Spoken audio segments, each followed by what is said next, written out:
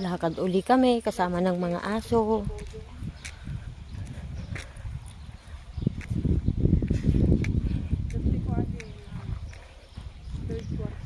Masarap maglakad dito kasi malamig.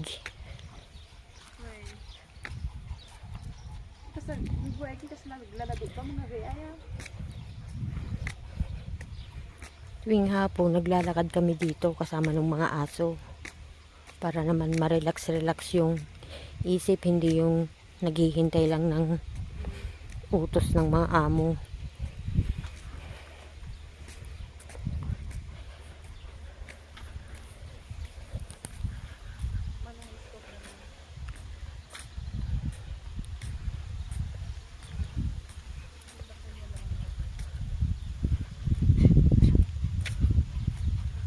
Nakaka-relax maglakad dito kasi malamig, hindi katulad sa Beirut.